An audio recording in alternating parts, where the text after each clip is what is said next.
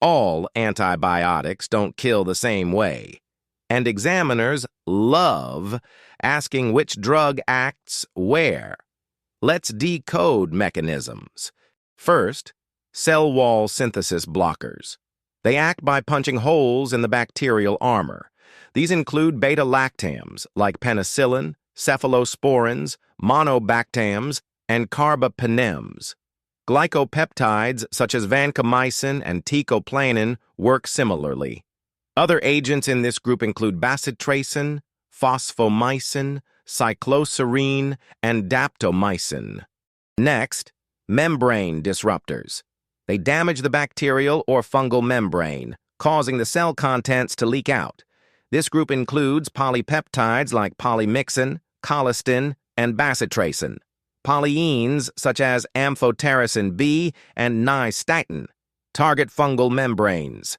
Other agents include daptomycin and hamycin. Third, protein synthesis blockers.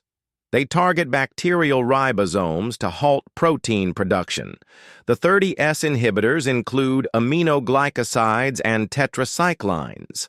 The 50S inhibitors include chloramphenicol, macrolides, clindamycin, linezolid, and streptogrammins. Aminoglycosides also cause misreading of the mRNA code and increase cell membrane permeability, making them more lethal. Fluoroquinolones work by inhibiting DNA gyrase, an enzyme crucial for DNA replication in bacteria. Fifth, some antibiotics block nucleotide synthesis by interfering with folate metabolism. This includes sulfonamides, trimethoprim. Other agents in this category are para-aminosalicylic acid, pyrimethamine, dapsone, and metronidazole. And finally, anti-TB drugs have their own unique mechanisms.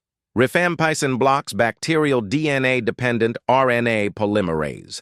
Isoniazid targets mycolic acid synthesis, a key component of the mycobacterial cell wall. Pyrazinamide works best in acidic environments, like inside macrophages. And ethambutol inhibits arabinogalactan synthesis, weakening the mycobacterial wall.